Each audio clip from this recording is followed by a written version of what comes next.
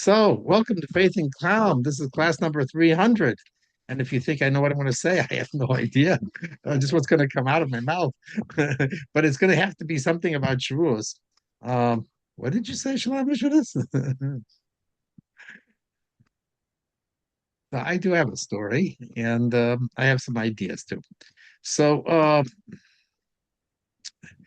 So I decided that what I was going to look at for right now was I wanted to understand more about the Ten Commandments because they're very significant, and as Rabbi Yisad Gaon said, that all the 613 commandments are hinted in it because there are 620 letters, which means it contains the 613 mitzvahs of the Torah plus the seven mitzvahs d'oraisa, and that he actually shows how you can find in every single one of these 10 commandments all the other commandments that the Jew is supposed to do.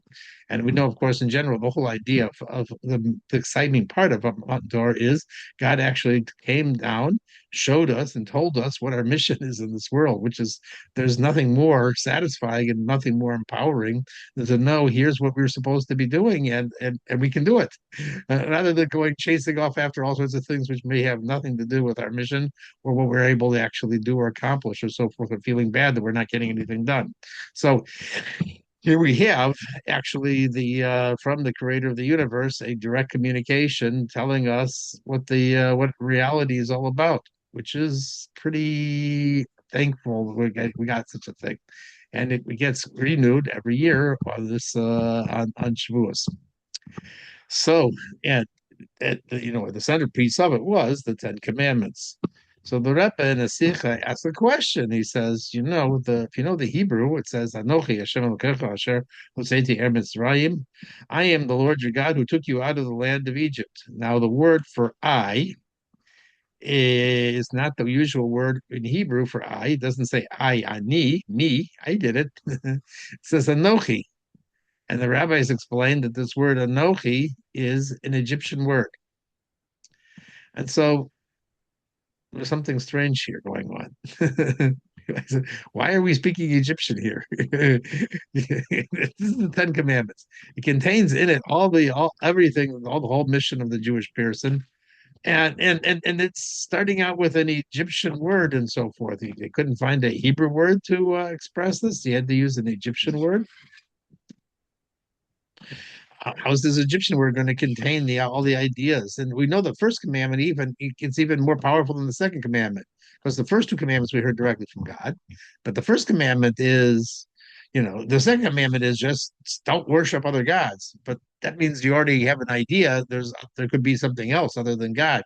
So that's already secondary. The first commandment is there's nothing else, just as God. So the first commandment is even more powerful than the second commandment. And yet we still got this whole idea that, going to say it in Egyptian.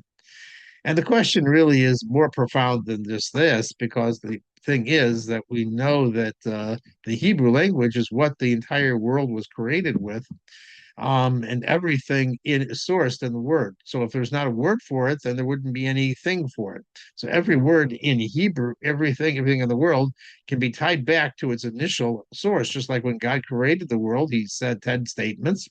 So everything is contained in those 10 statements. So therefore, those 10 statements contain all the existence.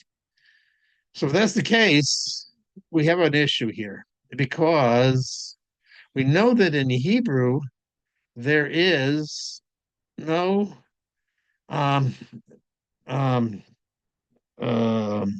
erva is the word. Erva could mean lewd, um naked, impolite, gross. No, nothing. You can't say it in Hebrew. Russian Kodesh is a holy language, and it doesn't give room for anything that's considered to be of that, you know, that negativity. And Egypt was the country that was steeped in all of that stuff. So we're talking about Egypt, and we're having got this problem here. What is the source of Egypt? It's not can't come from the Torah, and yet it doesn't come from where does it come from anyway? And what is it doing? Is the starting point of the Ten Commandments? Egypt is Eretz Haolam. It's the lewdness of the world. So the Rebbe says, actually, that's the clue to answer the question. The point of Torah is not just to everything to remain in holiness. The point of Torah is to come from a level of godliness that can connect with everything in this world and to transform it. And that is given to us on Har Sinai, is we to be together as agents of God and to work with God, to be able to bring holiness in all sorts of negative things, whether it's your internet or your routers or your phone conversations or your bank statements or your whatever you're dealing with is negative in the bad behavior in your classroom, whatever box that you tend to fit in and so forth, and say, why am I dealing with this kind of lies and insanity and stupidity from the news and whatever? The answer is that Torah ultimately it comes from the essence of God, and we were given that power to transform it and to make this place a Dira B'Tachtonim, a dwelling place below, and therefore the entire mission of for Hashem, and therefore the entire mission that we're given at the Ten Commandments starts out with the word Anochi, because that's what the whole point is, not to just stay a lofty holy person, which is fine, you're doing lofty holy things, but nevertheless it's supposed to bring it down into this world. And that is specifically why the Torah was given, and this was the other the mimer that I was learning, was given to the Jews, and not the Jews didn't have to go up to heaven to get it. God came down and gave it to Jews in the physical world. Maybe we should have been given to the Torah when we were still souls in heaven. Why we were given that? Why was it done in this grandiose method when we were down here in the physical world? And the answer to that is that we're a little different than angels. You see, angels are sort of stuck where they are. It says angels stand, they can't improve. And so they may be very great intellects and they may be very powerful, but on the other hand, they don't have this power that a Jewish soul has. But Jewish souls are also created. Yes, Jewish souls were also a creation, and therefore they do have their limits and their limitations. But nevertheless, when the soul comes down in this world, it becomes infinite. It becomes the ability to change, because that's when it unites the two opposite things, the ability to be both a godly thing and to be here physically in the world. And that unity can only come from the essence of God. And that is why a Jewish soul here in this world, has a power even greater than an angel, because we can actually transform ourselves and we can transform this world. Angels can't do that. In fact, when they try and come down here, as we know the famous story within the Nephilim, the ones who fell, they messed up entirely. So only a person here who in this world who's dealing with all the physical materialistic matters has this ability to actually transform the world. And that is why the Torah was given specifically down to Jews in this world by God when they're in the body, in order that we be able to transform and rectify this world. That is the theme and the essence of the whole idea of Shavuos. Of course, we're going to utilize this power of Shuas every year to be able to actually, it's considered to be that, that the even more than what happens on Yom Kippur, we are given all the power to be able to drag down the sun, which means all the obstacles in our lives, on the day of Shuas. And I wish that for every single one of us. Let me tell you a little story I think goes along with this. I was listening to Rabbi YY, yeah, short class, to an organization called Kesher Nafshi. And these are people who are dealing with big issues with their families, and many people who are ran off the derech and whatever. He does it every year. I guess at this time of the period, he goes to their retreat and so forth. And they have lots of late night sessions, and people have horrifying stories that just drive you crazy and so forth. And he was saying that he was given the final keynote address, and he was saying, that the night before it went very, very late, and he was but for some reason he woke up early in the morning and came down to the cafeteria there, and there was coffee and whatever available, and he was making himself a coffee. Everybody was still sleeping pretty much, and all of a sudden this woman comes over to him and says, "Oh, good, I caught you." There's nobody around. So immediately she started telling her story to him, and it was quite a shocking story, especially to hear that early in the morning. So she says that she has two children, a 15-year-old goddaughter and a 30-year-old son, and both are very beautiful souls. But the boy has gotten really off the track and causes a tremendous amount of trouble. through them. And what had happened was that he fell in love with a non-Jewish girl, and he wants to marry her. They're living together and so forth. And the story actually, that wasn't the end of the story. the story, the story is she wants Rabbi YY's advice because actually this non-Jewish person, this girl, is actually a transgender girl. Used to be a boy, and became a girl, and he wants to bring his partner to their home to visit. And so Rabbi YY says, really, this is above my pay grade. I don't really deal with these kind of issues. Shimon Russell, he deals with these kind of issues. I really don't know what to say about it. She says, no, you're here. I want to hear your advice of what you have to say.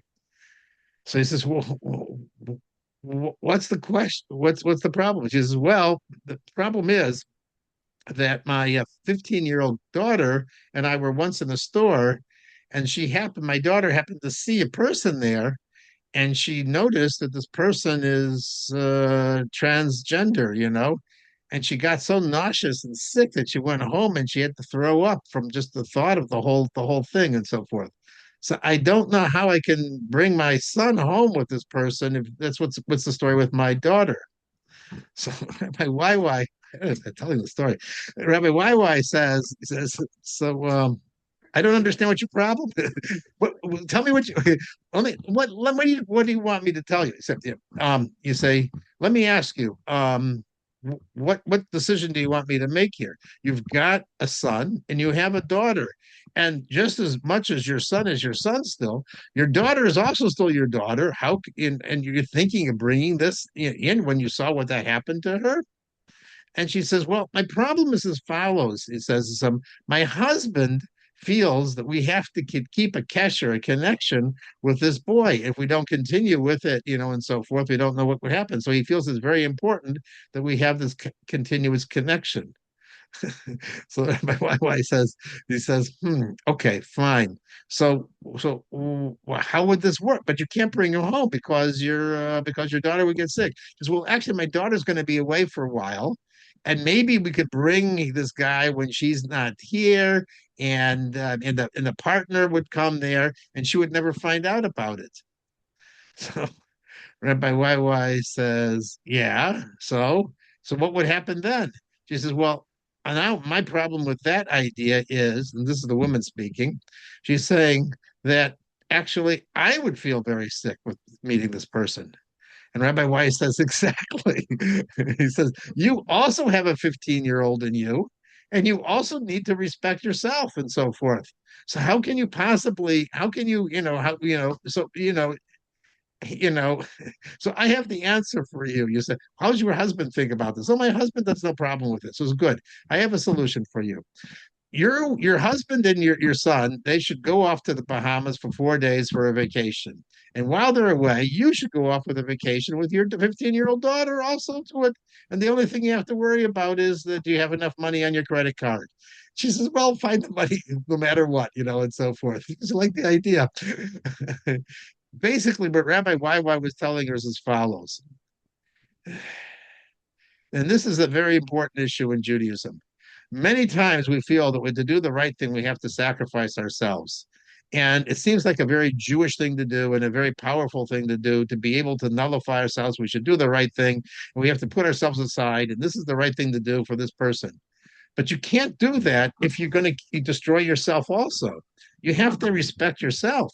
If you don't have some sort of sense of who you are and a sense of, and respect for yourself, then you're not teaching the right thing. And this is actually related to a famous line in Bava Kama. It discusses this issue that if the two guys are lost in the desert and there's only enough water in the canteen for one, and that canteen belongs to you, do you have to share it with your friend, or can you just drink it? Or should you drink it yourself? Because if you drink it yourself, he'll die, and if you give it to him and you try and split it, you'll both die. So there was a guy named Ben Passera, and he ruled. The rabbis argued with it, and he said, "You got to both drink, and what will happen will happen." That's not Until came Rabbi Akiva. Ad bo Rabbi Akiva. And Rabbi Akiva said, no. It says I'm that trying to get used to. that your life, your friends, he has to live with you. If you're not living, then your friend, then you're not, you can't be with your friend either. So your life comes first. The Imre Emes, the first Ger Rebbe, explained. He says usually when you have two rabbis disagreeing, when it says one rabbi says this and one says this, what is this ad? What is this until Rabbi Akiva came? And the answer is as follows. It sounds very Jewish to be self-sacrificing. Nobody wanted to argue with Ben Betera, because they felt, this is the Jewish thing. We give away land of Israel. We have sacrifices for the sake of peace and so forth. It's very Jewish to sacrifice yourself and to give up yourself and to feel and commit, whatever in order to be able to, do the right thing and so forth. You have to do that. It sounds very Jewish. Along came Rabbi Akiva, who nobody could accuse of being self-oriented because he always wanted to die for the sake of Hashem. And he did eventually. And he said, the halacha is you do have to take care of yourself. And I think that's an important lesson for the Shavuos, and I took away from this class and so forth is, you know what? You also have, it's not narcissistic and it's not self-serving and it's not self-centered and so forth. If you don't take care of yourself, you can't give yourself to somebody else. Either you can't be a husband, you can't be a wife, you can't be anything else. So make sure you take care of yourself, the Shavuos. Make sure you take care of your soul. Make sure you can illuminate it, to give it the food, the spiritual food it needs to have. Make sure you do the right things for yourself. And by the way, you're not just for yourself, but also so that you can be a functioning human being and able to give to other people too and serve your mission in this world. So that is the lesson we take away from Rabbi Akiva, and that's one of the lessons I think we're going to take into Shavuos. And with that, I will flip the phone over to Shalom Issue. Okay, thank you so much. Thank you. Okay.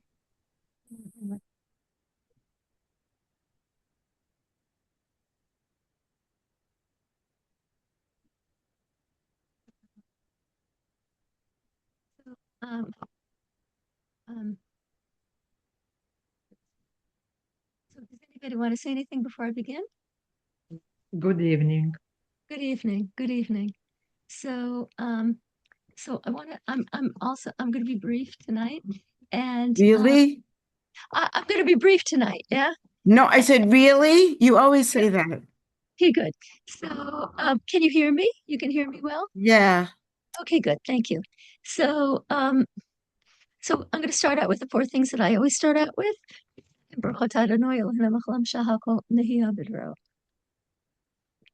So, thank you. So, okay. So our we're sitting at the most amazing juncture in human history. The Rebbe told us that that we are in the time of the redemption. The time of the redemption has begun to unfold. And the Rebbe sees things way before anybody else does. And I'll give you an example. I saw a little clip also from Rabbi Yosef Yitzhak Jacobson.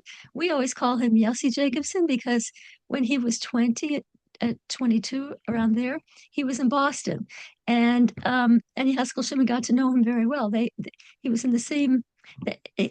He said that a bunch of young rabbinic students were sent to Boston to learn with the community, and Haskell Shimon went there almost every night. So he got to know them very, very well. And he was called Yossi back then, so we still call him Yossi. And anyway, so there was a very interesting clip that he put out, and he talked about the anomaly of, let's see, today, now it was ready. Is it already 2 years since October 7th? Have we come to the second anniversary yet? Is it 2.5 years since October 7th or 1.5 years? It will be in October. Will Two be years. 3 years in October. Yeah. That's what I thought. It's 2.5 years already. So Simchat Torah. okay, so Simchat Torah. okay, good. So this is okay, so probably in this is 26, so it happened in 23. It happened in 2023. That's the year. Yeah, that sounds If right. it happened in 203, okay. So okay, a friend of his called him, And a friend of his called him and said, I what did the friend say? Back in 1983, I really don't get why Yeah. I really don't get why the Lubavitcher Rebbe stopped on Simchas Torah, stopped Hakafos, and had a half hour conversation with Benjamin Netanyahu. Like big people have come to, he was only, ambassador, he was, just appointed ambassador to the UN for Israel, or he was working as that at that time. But many huge people come to Hakafos because Hakafos it's an enormous celebration in Chabad, and it goes on for hours and hours, and people know about it around the world. All sorts of people show up, big dignitaries show up, and such a thing never happened.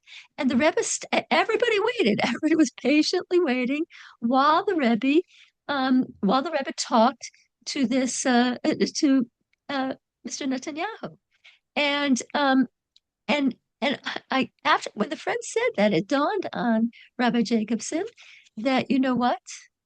That was exactly 40 years before October 7th, before the Simchas Torah War 2.5 years ago. And the Rebbe sees way beyond what we see. And the Rebbe was over and over again telling Netanyahu what the Jews have to do is they have to stand strong with pride. They have to, if they do that, the Arabs will back off. But if they always compromise, the Arabs are going to know very well. If they just keep pushing, they'll get whatever they want. And the Rebbe went on and on and on. So Rabbi Jacobson was implying that the Rebbe saw 40 years to that date in the future, 40 years to that date in the future, what would happen and who would be in power in Israel. And he's telling him, please, the only peace is if Israel acts with strength and doesn't allow worries about politics and things like that to push it around. What So type of position was Netanyahu holding in that time? Do you know? I think he was either already ambassador or he was a relatively new appointee to as ambassador of Israel to the UN. So they might, Oh, yeah. I never even So heard of that. Okay, fine. anyway, Thank you. Sorry.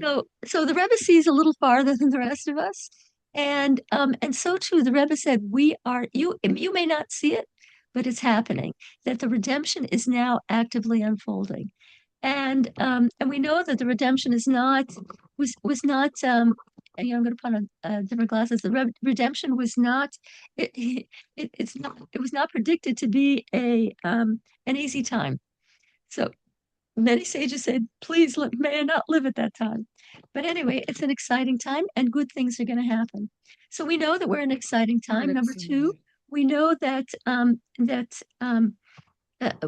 you and I, our souls were chosen to be at this in this uh, exciting juncture in Jewish history. Number three, we were given all the tools we need to navigate this time. We were given the Torah, which is our guidebook, and the mitzvahs, which are our power tools. And finally, what we're doing about tonight, learning about the redemption, actively advances it. Rebbe says nothing advances the redemption faster than learning about it. Now, in 1991, the Rebbe gave a sicha on this parsha, the parsha of Midbar. It was actually last week's parsha, not this week, and it's one of my favorite parshas, one of my favorite sichas, because the Rebbe explains all about tranquility and how to achieve tranquility. So the Rebbe starts out with he starts out by saying that why was the world created? It says, in the beginning of the Torah, the very beginning of the Torah, after it says what happened on the 6 days of creation, on the seventh day, it begins by saying, the first pasuk says, Vayhi er, Vayhi voker, Yom HaShishi. Now it's kind of weird. It should say Yom Shishi. It was Friday. Why Yom HaShishi? The sixth day. And the Torah explains that it's a hint to another sixth day, the sixth day. It's a hint. It's pointing to a different sixth day. It's pointing to the sixth day of Sivan, 2,448 years later. What happened on the 6th of Sivan, 2448? The Torah was given.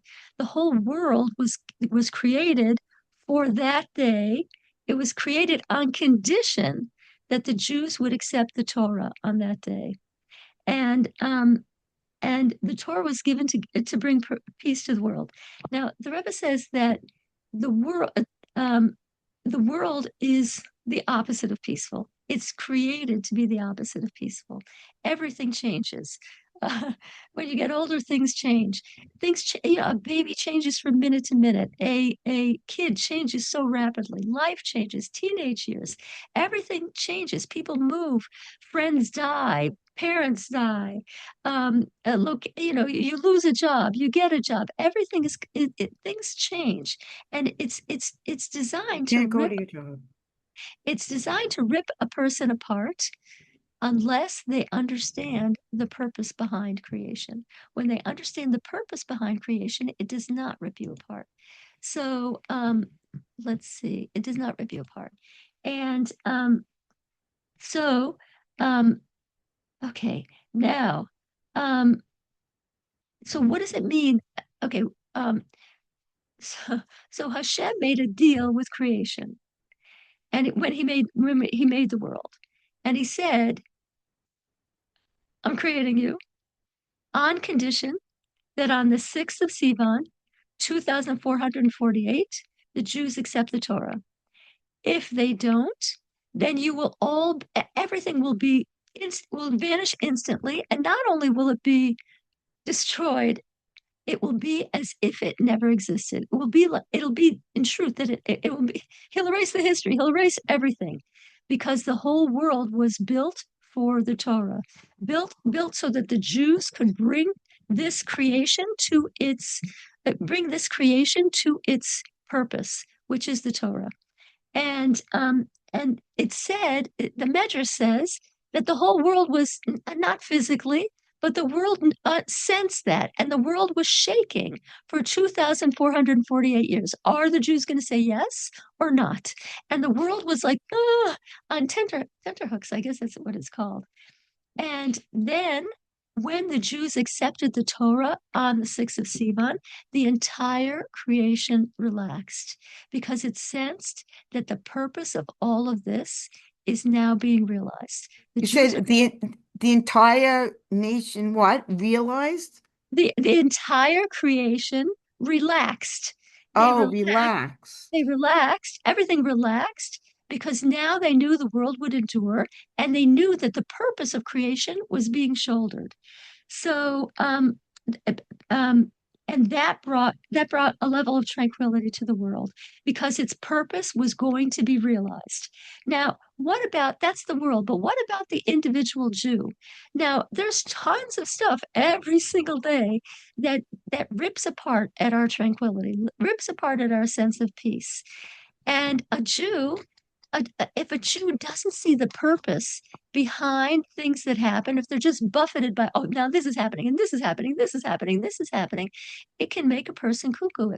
Can make a person pulled apart. So, as we said earlier, the world is designed to destroy your tranquility. Just because there's morning, there's afternoon, there's evening, everything is constantly changing.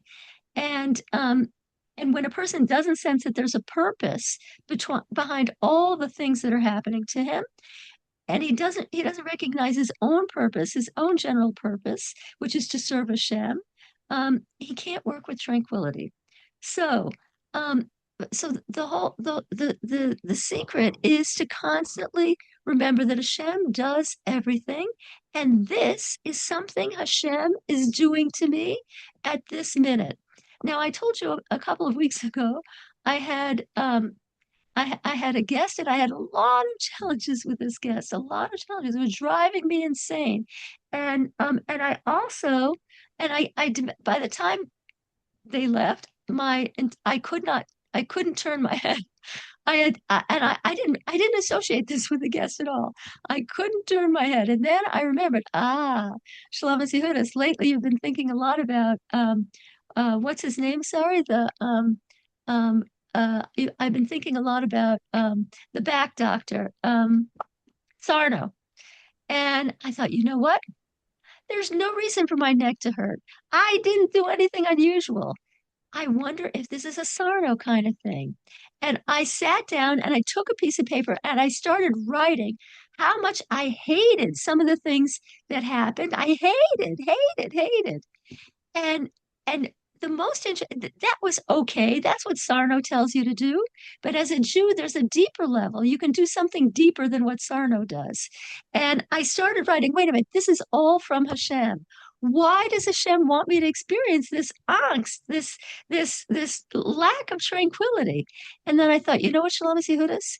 You know, the Baal Shem Tov says that when you see something that irritates you immensely, it's because it's in you too, in a different form, but it's in you.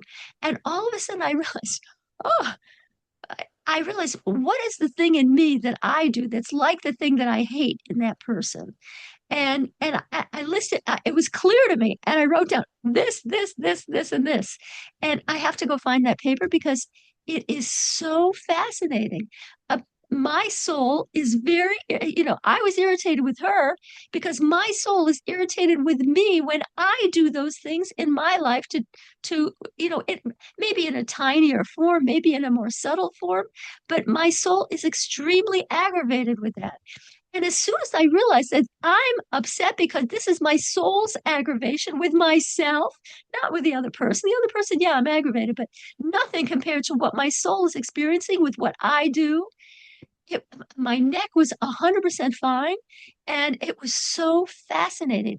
It's fascinating because I could see what my soul is irritated with. The same thing happened this Saturday. After this Shabbos, I had the same experience with a different person that I also know very, very well. And I was a wreck. And Saturday and Motzi Shabbos, Saturday night, I mean, I get very little sleep in general this year.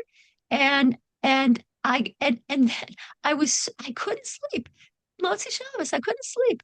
And I may have trouble uh sometimes I have trouble in the middle of the night if I wake up going back to sleep, but I never have trouble falling asleep. I'll fall asleep like that. And I couldn't fall asleep. I couldn't fall asleep. And I was thinking, why is this? Why is this? Why is this? Did I forget to take something? What am I doing? Oh, supplements? What's going on here? I couldn't figure out what it was. And then I went downstairs and I decided, Shlomo Yehudis, you're a little irritated with somebody.